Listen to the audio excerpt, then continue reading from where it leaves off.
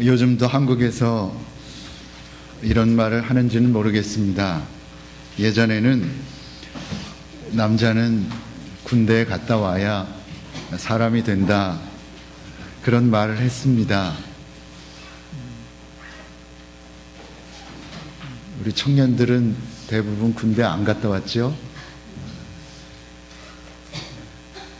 군대에 갔다 와야 사람이 된다. 왜 그랬을까요? 군대에서의 혹독한 훈련을 겪어보아야 비로소 인생의 깊이도 알고 또 감사할 줄도 알게 된다는 의미이겠습니다. 또 다르게 확대해서 해석하면 사람은 고통을 겪어보아야 비로소 인생도 알고 또한 강해진다는 그런 말이 되겠습니다. 틀린 말은 아니죠. 하지만 꼭 맞는 것도 아니라는 생각이 들었습니다. 사람이 살면서 고통과 고난을 겪는다고 자연스럽게 인생을 더 알게 되는 것도 아니고, 고통을 겪었다고 자연스럽게 성숙해지는 것도 아니고, 또한 강해지는 것도 아니라는 말씀입니다. 오히려 고통을 겪고 나서 더 나빠지고 더 왜곡되고 더 약해지는 경우도 많이 있기 때문입니다. 또 저의 경우를 예로 들어보겠습니다. 1년을 넘게 소화를 못 시켜서 고생했습니다. 많이 나아졌습니다. 이제 교회 옮기면서 신경을 쓰니까 다시 또 조금 나빠지는 것 같습니다. 근데 어쨌든 여전히 음식을 먹고 소화시키는 아주 가장 기본적인 일이 저에게는 힘들고 신경 쓰이는 일입니다. 그러다 보니까 이런 어려움을 겪으면서 너는 더 강해졌느냐라고 저 자신에게 질문했을 때 답하기가 곤란합니다. 그런 면이 있는가 하면 그렇지 않은 면도 있는 것을 발견하기 때문입니다. 어쩌면 강해진 면보다는 약해진 면이 더 많은지도 모릅니다. 자라보고 놀란 가슴, 소뚜껑 보고 놀란다는 말처럼 음식을 먹었는데 조금만 소화가 안 된다 싶으면 더 놀라는 거죠. 이거 더 나빠지는 건가? 더 문제가 생긴 것인가? 예민해지고 순식간에 근심과 걱정이 제 마음을 점령해 버립니다. 그러니까 고통을 겪었다고, 어려움을 겪었다고 무조건 더 성숙해지고 더 강해지는 것 아니라는 겁니다. 오히려 더 약해지는 경우도 많이 있다라는 겁니다. 지난주에는 우리 오광영 목사님, 우리 감리사님을 통해서 말씀을 들었습니다. 자, 하나님의 섭리 가운데 요단을 건넜다. 그러니 이제는 그 섭리를 믿고 믿음으로 약속의 땅을 향해 전진해 나가라, 그런 말씀이었습니다. 우리는 마음으로, 입술로 아멘 고백했습니다. 하지만 목사님께서 지적하신 대로 요단강이 문제가 아니라 요단을 건넌 다음에 벌어질 일들에 대한 염려, 또 요단을 건넌 다음에 벌어질 내가 져야 될 어떤 책임에 대한 염려가, 걱정이 또는 두려움이 우리 안에 있음을 부인할 수가 없습니다. 미래에 주어질 책임과 그 책임에 대한 두려움 때문에 요단을 건너는 것은 별거 아니었지만 그 다음 일에 대한 두려움 때문에 요단을 건너기를 꺼려했던 그 옛날 이스라엘 백성들이 가졌던 그 마음이 오늘 우리 마음에도 그대로 있다는 것을 발견하게 된다는 말씀입니다. 문제는 바로 그것입니다. 우리의 고민도 그것입니다. 너무나 많은 염려와 근심과 걱정과 두려움 속에서 우리가 살아가고 있다는 겁니다. 마치 믿음이 전혀 없는 사람처럼 하지 않아도 될 염려와 근심까지 사서 하면서 우리가 살아갑니다. 조금 과장해서 말씀드리면, 걱정을 하지 않으면 또는 걱정이 없으면 오히려 그것이 불안할 정도로 염려와 근심과 걱정과 두려움이라고 하는 것은 우리 삶의 한 부분이 되고 말았다라는 겁니다. 그것이 오늘 우리들의 현실입니다. 그렇다면 어떻게 해야 우리가 정말 이 현실, 이 어려운 현실을 극복할 수 있습니까? 결국은 주님의 말씀 속에서 그 답을 찾고 주님의 말씀이 그 답임을 확신하고 주님의 말씀대로 사는 것밖에는 다른 방법이 없습니다. 주님이 무엇라고 말씀하십니까? 오늘 본문을 통해서 주님은 아주 분명하고 간단하게 말씀하십니다. 염려하지 말아라. 그렇게 말씀하십니다. 그것도 아무것도 염려하지 말아라. 그렇게 선언하십니다. 그것이 답입니다.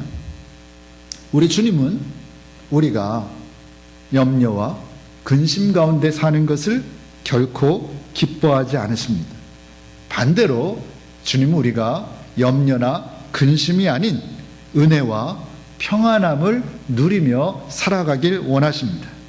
어떻게 하면 염려와 근심을 떨쳐버리고 정말 아무리 떨쳐버리려고 해도 어느 순간 내 마음에 들어와 나를 점령해버리는 그 염려와 근심과 두려움이라고 하는 것을 떨쳐버리고 주님이 주시는 하늘로부터 내리는 그 평화, 그 기쁨을 누리며 살 수 있는가?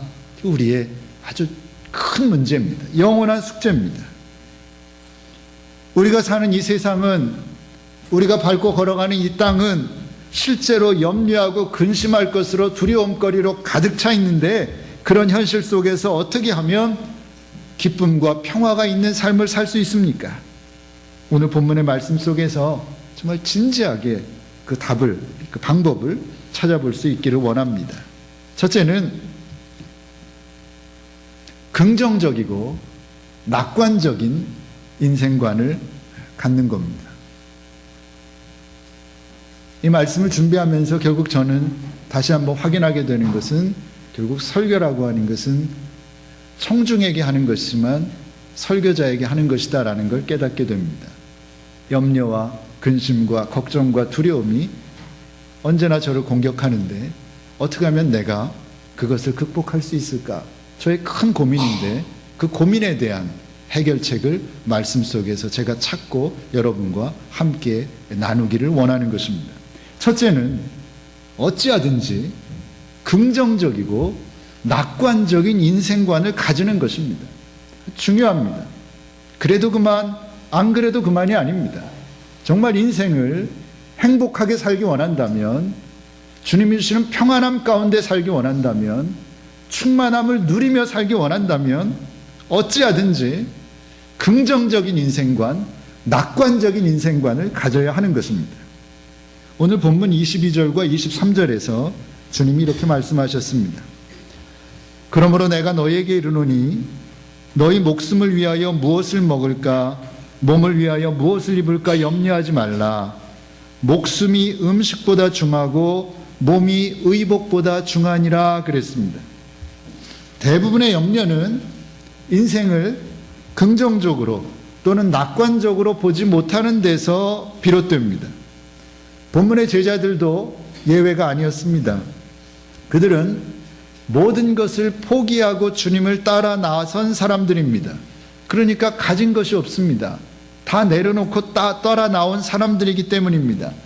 현실이 그렇다 보니까 그들은 의식, 주의 문제에 대해서 염려하지 않을 수가 없었습니다. 그것은 당연한 일입니다. 그런데 주님은 그런 제자들에게 의식, 주의 문제에 대해서 염려하지 말라고 하십니다. 이유가 무엇입니까? 목숨이 음식보다 중하고 몸이 의복보다 중하기 때문이라는 것입니다. 무슨 말이냐면 하나님께서는 우리의 목숨과 우리의 몸의 중요성을 아시기 때문에 좋으신 하나님께서는 우리에게 목숨에 필요한 양식을 주실 것이고 몸에 필요한 의복도 주실 것이라는 말씀입니다. 하나님께서 아시고 주실 것이니 염려하지 말라는 것입니다. 그 예로 까마귀와 들에 핀 꽃의 비유를 드셨습니다. 까마귀도 백합화도 하나님께서 지극히 돌보시는데 너희들은 적어도 그것들보다는 더 귀한 존재가 아니냐라는 말씀입니다. 그렇습니다. 우리는 공중에 나는 새보다 들에 피어있는 꽃들보다 더욱더 귀하게 지음을 받았습니다. 하나님께서는 여러분을 아주 귀한 존재로 여기고 계십니다. 그런 까닭에 자기 자신에 대해서 비관하거나 자기 현실에 대해서 비관하는 것은 하나님의 뜻을 거스리는 일입니다.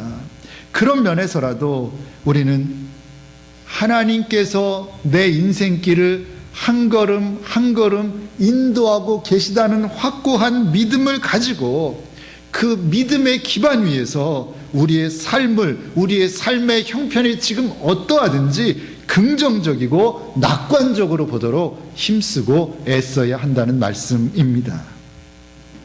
민수기 13장에서 모세는 가나안 땅을 정탐하라고 12명의 정탐꾼을 보냈습니다. 그들이 40일 동안 가나안 땅을 정탐하고 돌아온 다음에 그 12명 가운데서 여호수아와 갈렙은 이렇게 보고했습니다. 우리가 바로 올라가서 그 땅을 취하십시다. 우리는 능히 이길 것입니다. 그렇게 이야기했습니다. 그리고 한술 더 떠서 그들은 우리의 밥입니다. 그들과 싸워 이기는 것은 누워서 떡 먹기입니다. 문제 없습니다. 갑시다. 그랬습니다. 반면에 나머지 10명은 우리 능히 올라갈 수도 없고 거기 가서 그들을 치지 못할 것입니다. 우리는 우리 스스로 보기에도 메뚜기 같습니다. 우리 스스로 보기에도 메뚜기 같으니 그들이 보기에는 어떻겠습니까? 우린 메뚜기와 같이 아무것도 아닌 존재입니다 라고 아주 비관적으로 보고했습니다. 똑같은 것을 보고 왔는데 완전히 다른 생각을 한 것입니다. 그러면 자신들을 메뚜기 같다, 우리는 안 된다라고 생각하고 그렇게 말했던 사람들은 어떻게 됩니까? 나중에 그들은 광야에서 정말 메뚜기처럼 살다가 비참한 최후를 맞이하게 됩니다. 무엇입니까? 인생은 자신이 생각하고 자신이 말한 대로 되는 것입니다. 그러니까 함부로 생각하고 함부로 말하면 결코 안 되는 겁니다. 그러나 힘든 가운데서도 긍정적으로 생각하고 낙관적으로 생각한 여호수아와 갈렙은 그들이 생각하고 고백한 대로 하나님이 함께 하시는, 하나님이 동행하는 아름다운 인생을 살 수 있었던 것이지요. 시작은 무엇입니까? 생각입니다.